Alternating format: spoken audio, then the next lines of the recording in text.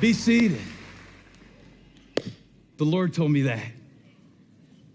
He told me, move in what you're made for. And I needed it. Different sermons come from different places. All sermons are not created equal. Some of them you'll say, that was the best you ever preached. No, that's the best you ever heard.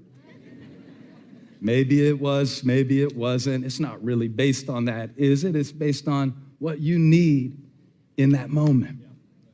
And the Lord told me something really interesting, that today he wanted to give you a word for your insecurities. A word that would speak directly to your insecurity, but that he doesn't want to deal with it on the surface level. See, the creation of mankind tells us something about the calling of mankind. The process by which God made everything that I see tells me a lot about what he's doing in my life now. So we're not going to study today whether God literally made the world in 6 24-hour periods or whether it's symbolic of a longer period of time. I'm not a scientist.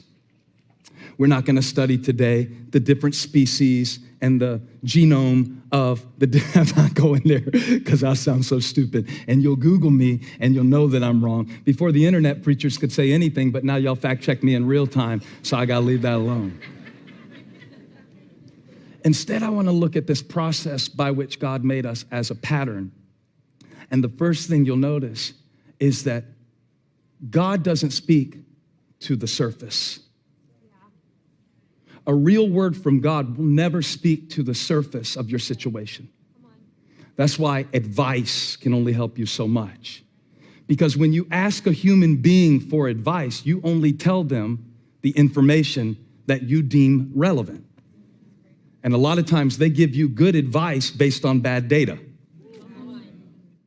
Hey. All right, listen. I had to come to y'all and share some nuggets I got from a message I heard this morning. It's from Pastor Steven Furtick with Elevation Church, one of my favorite pastors. Very funny, one of my favorite go-to teachers, along with Bishop T.D. Jakes and Sarah Jakes Roberts. Hey, girl. I was listening to this message, and I'm sorry, I got some notes here. I'm not a professional YouTuber yet, so I do have some notes to go by, and I don't have a teleprompter, so you're just gonna have to go with it without the eye contact thing. The message was called "Moving What You're Made For."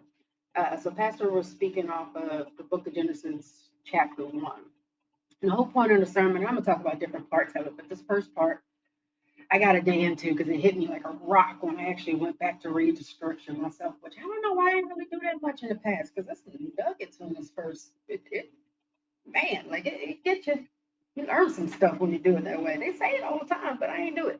Listen, so he was talking about how, most preachers, we've all heard bunches of sermons talking about, day 6, God created man in his image. And they go on, on and on. And I'm not saying anything's wrong with it, but they do. It's a lot of stuff around how we're made in God's image. The pastor today was talking about on the 5th day, and I'm laughing because I'm picturing him going in the back to pick up the birdhouse and the fish tank. But he's talking about on the 5th day how God made the animals, the fish, all of them, sea creatures, land animals, and so forth, according to their kind. Okay. I heard before, but I never heard before. Okay. So he said, according to their kind. That part kind of stuck with me, and you have to go listen to that message. I've listened to it 3 times today. I swear, I listened to it 3 times today. We've been taking notes all day on it because I knew I needed to share this for a few reasons. So he was talking about how he wanted to talk about the one before, not when God created man, but how he wanted to talk about the one before. So I took the time out, and he said, go back to the scripture and read it for yourself. So that's what I did. Here's what I got. All right, so here's what it says. Genesis 1. Well, I'm not gonna go through the whole thing. It's kind of long, and I'm trying to keep this video as short as I can, being the first and all. But so pretty much summarize. First day made the heavens and the earth. And I'm going to go back and I'm going to read that and I'm going to talk about that in a little bit. But you made the heavens, the earth, light. Okay. And I'm sure there's plenty of people that are sure there's more to it. I get it. I'm just trying to summarize it. So heavens, the earth, light. Second day, skies. Okay. The land, the seas, vegetation, seeds, according to their kind.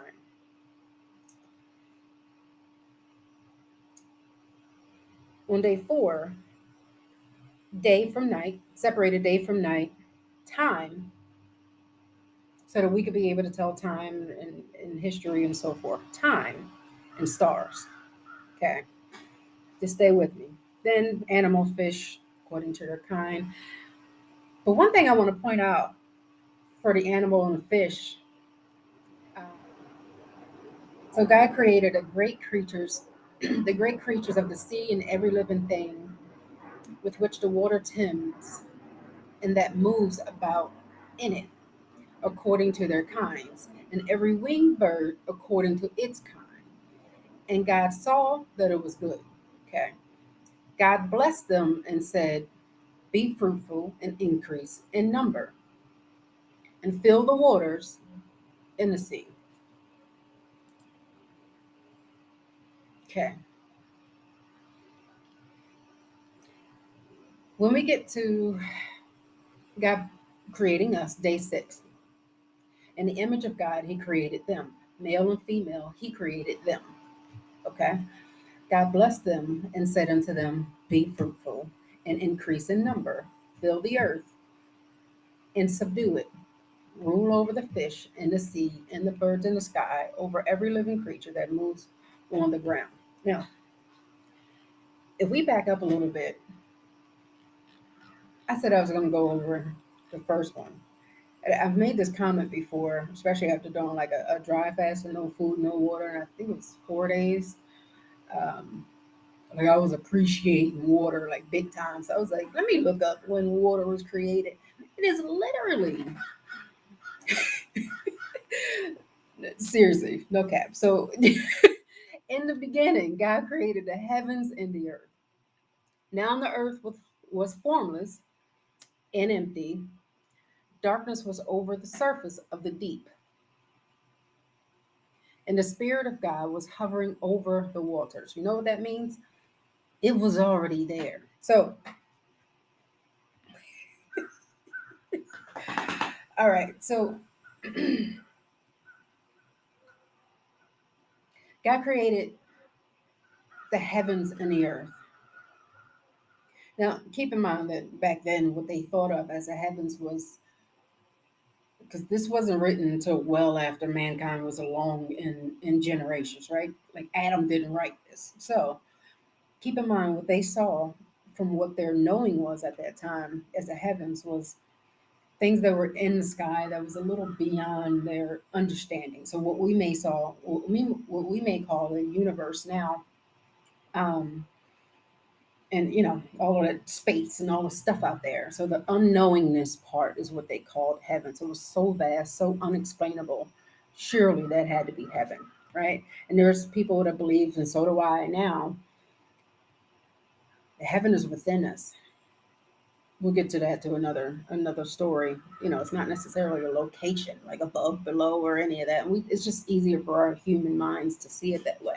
We'll get to that in another video. It's not for today. So it said that this is what I got. So he made the universe in the earth on the first day. It was formless.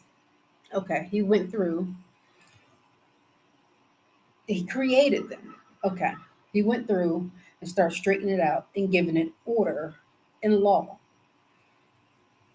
Some of us know there's a bunch of different laws in the universe, and I don't know why the church hates that word so much. Like we act like, oh, the universe, and nobody's discounting God or Jesus or anything else, but you cannot discount it. He still created those laws. The law of attraction is real. The law of reciprocity is real. The law of completion, it is all real because he created it in the beginning. If you look at every last one of these days, all of these are a manifestation of his wholeness.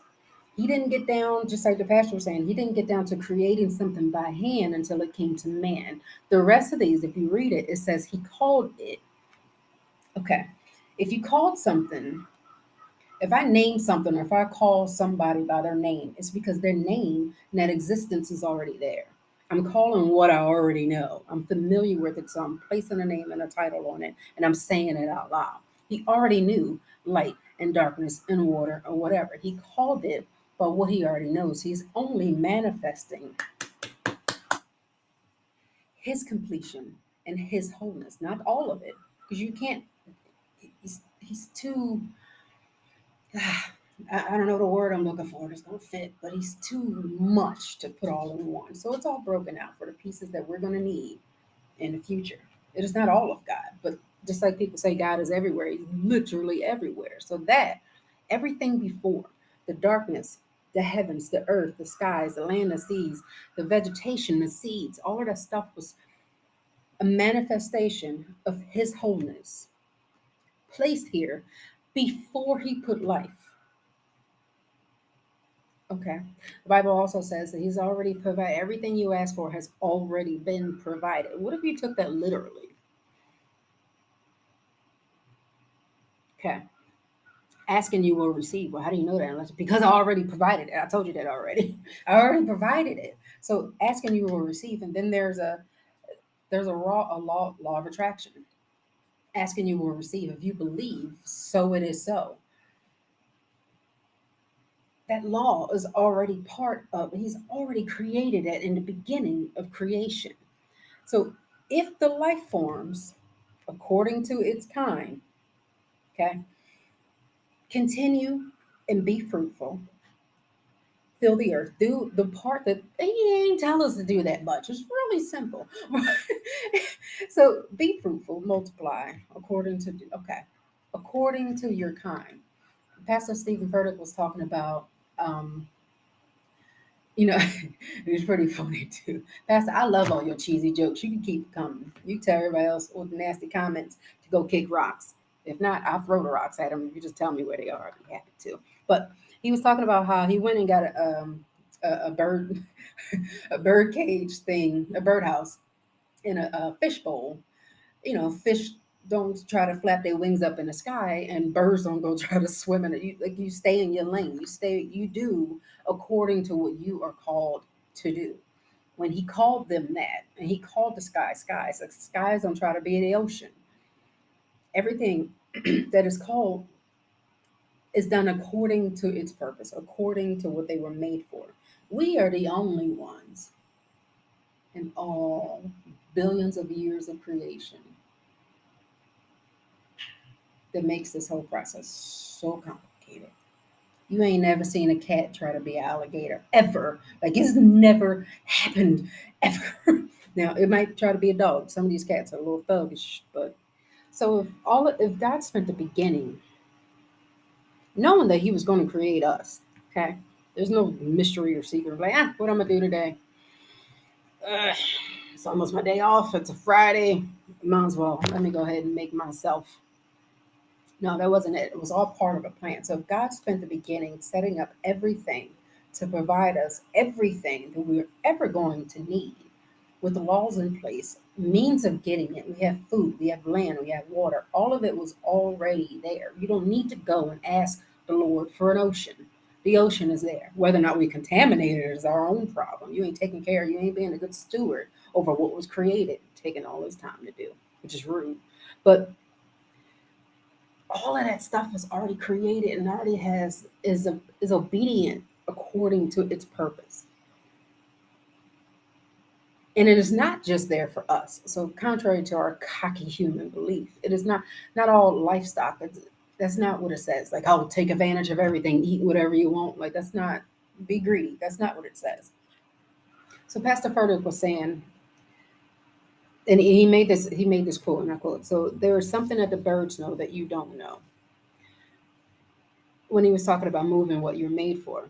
So, and like I told you, he had the illustration of the fishbowl and the birdhouse, showing that one doesn't try to live in the other place. They don't try to go into each other's domain. So why do we try to do something just to fight up against it, knowing we're not waiting for it, knowing we don't necessarily fit into it, knowing we try so hard. Now I say we because I do. And then I get too. in another area of my life. This is the kids that are really good at school, but watch them on the soccer field. Or they suck at school, but they can kill you on the soccer field. But everybody, this is one thing I know. This isn't a Bible verse, but I want to say it. Everybody in here sucks at something. It's not in the Bible.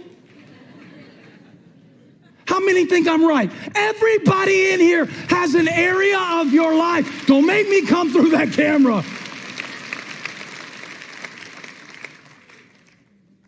But God told the birds, let me show you this. This is not, I don't know if this is getting through. Hang on a second. I'm going to be like God for a minute. I'm going to go back in the dark and I'm going to bring something out in the light and show you what I'm talking about. I'll be right back. This is like the beginning to without form and void. The earth is without form and void.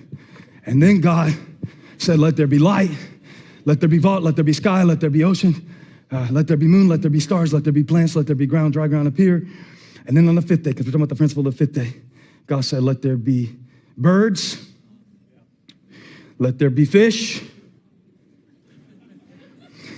I know this is not the natural habitat. This is a reproduction. And the Lord said, both are blessed. He blessed both. That confused me at first because it said, he told the fish, fill the waters, and he told the birds, fill the sky. And it was good. Which one? Both. It leads me to believe that I'm blessed when I'm doing what God called me to do, where God called me to do it. The quote that I read was attributed to Albert Einstein, but I don't think he really said it upon further review. That if you judge a fish by its ability to climb a tree, it will spend the rest of its life believing that it is stupid. Some of you tell yourself you're stupid because you are trying to swim in somebody else's sky.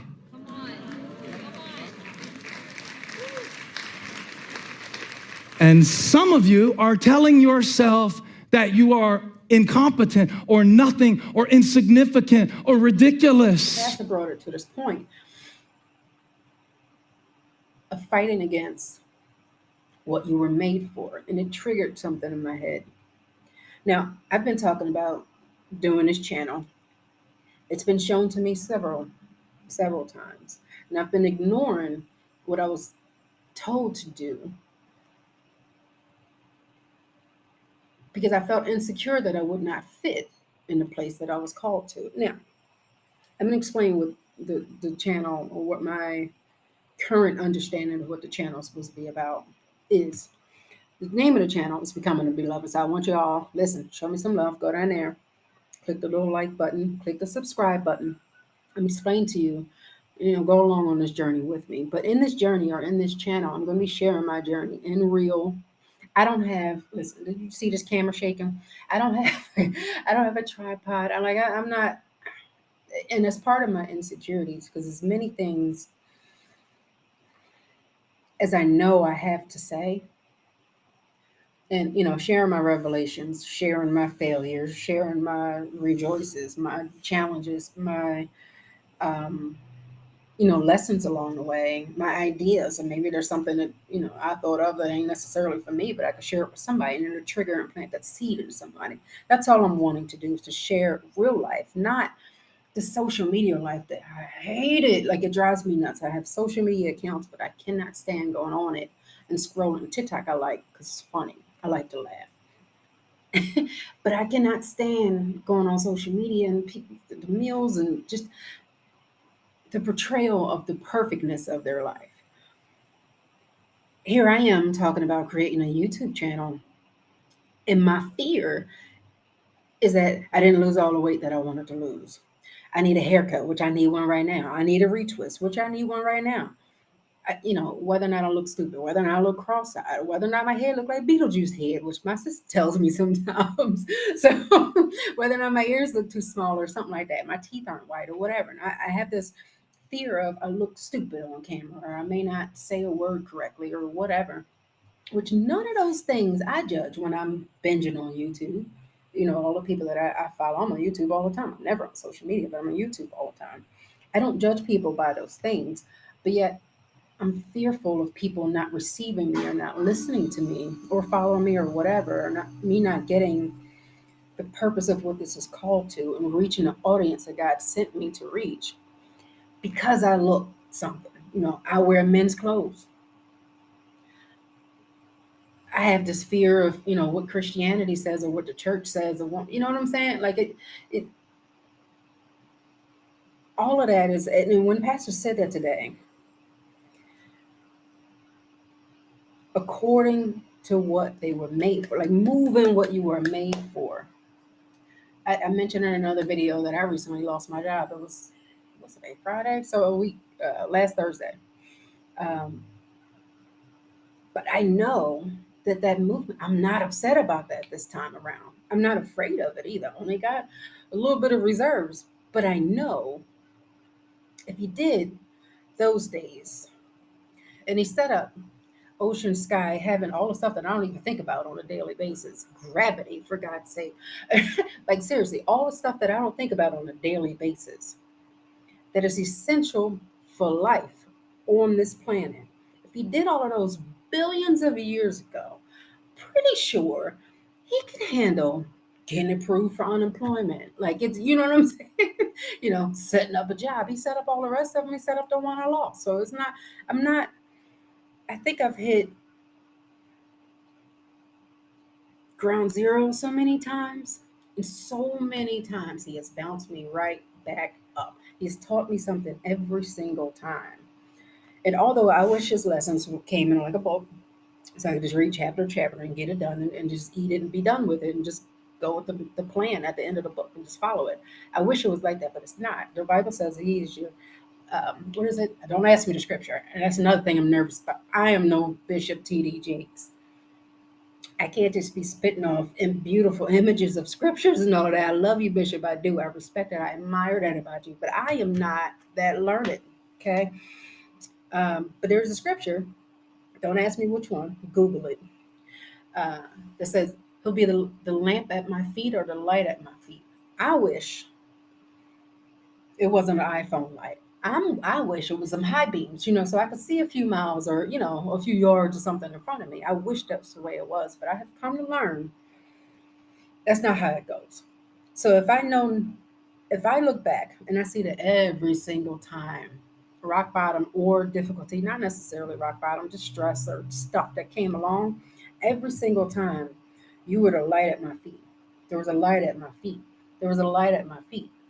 As annoying as little steps are, I'm still getting somewhere. And every single time he worked it out in a way that I didn't see coming. So now I'm not freaked out. And look, you're gonna do what you're gonna do. The last time I tried to do it my way, it didn't work out, and you had to fix it. So I'm just gonna do it the way you want me to do it. So you say move, and what I was called to do, you gave me this to do before. Okay, let's go. So I would appreciate it if you guys would follow me along my journey. I would love to hear. I want you to go. I'm gonna include the link for the message below. Please, please, please check out that message. Oh, elevation worship. I love elevation worship. Okay.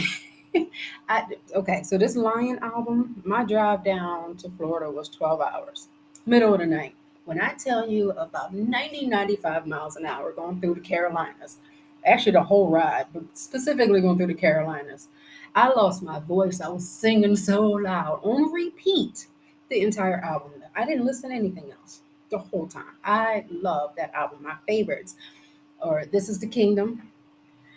I like the 12, 14-minute version. It was very long, but I love it. It's a great praise and worship song. And the song that like it digs into me and makes me cry almost most times, but not all the time, but a lot, is "I Am the One You Love." Y'all have got to check out that album. I'm gonna link it below. They have the YouTube videos. Just seriously, check it out. Check out the message. In the comments, if you're agreeing with anything I'm saying, or something else hit in you, I really seriously I want to know. Or shoot, just put an amen, whatever. Or if you got any guidance, maybe you have a YouTube channel. Maybe there's something that you'd like to share with me or teach me about my shaking or whatever. I'm up for feedback. I'm not offended by anything. Leave it in the comments below. I'd appreciate it if you subscribe. I thank you for watching all this time. Um, I'm looking forward to going on this journey. On the channel, I'll be sharing. There's all types of stuff that God is moving in my life for, and I think, not I think, I know He's going to be using me as a visual example for a different type of audience that perhaps the church doesn't necessarily reach as successfully as they would like to. I'm not going to say they should, because I'm sure they want to, but they would like to. So there's a few things that I'm working on. I'm just going to share it all. Like I have an affordable housing business. So I'll be working on that, and I'll share the ups and downs and whatever. Like, if you want to take the idea, take the idea. What is meant for me can't be taken. So feel free, do whatever. I don't care. It's not I don't find any fault in that. If I can plant a seed that'll take you to your next level, and go for it. I also have an apartment, excuse me, apartment real estate business. We're buying apartment buildings, and I'm heavily looking for apartment deals throughout the entire United States. Eventually, I would like to combine those two, so at least a very good portion of my portfolio. Looking to get about, or starting with about 1,000 units. That's the initial goal. I'm not going to say like right out the gate, but a large portion of that I want to designate towards affordable housing, and we'll get into that in another. I can go on a rant about that. Homelessness bugs me. I don't understand it, but um, also the YouTube channel, my search for jobs. I'm also going through my body transformation. I'm in this contest that ends. Today is October 14th. I'm in a fitness challenge that ends in December for like body recomposition. I was extremely heavy. And I've been losing the weight, but I haven't been focused in the gym like I have, was supposed to. When this challenge came along, it was just like chance to win $50,000. I was like, okay, starts Monday, which was the next day. I was like, okay, I want to, get to Pastor Steven Furtick. He all jacked up. Listen, Pastor, I'll be binging on your videos. You look great back then. Okay, I'm not saying that. Your whole family is entirely gorgeous. You guys are beautiful, but you are way more jacked now than you were back then. So I want to get to, not like crazy buff, but I want to get in fit. Um, I'm not gonna say bodybuilding, because I'm not talking about these big. I ain't got no problem with it. That's you. Do whatever you want to do. I don't necessarily with it. I already have a big enough frame, but I want, bodybuilding. So, let me know in the comments. Like, do you want to see food journey? What type of videos do you think I should post for this channel to reach people that may be looking for some of the similar things? But listen, I appreciate your time. I love you guys. Be blessed. That's a choice. So be it.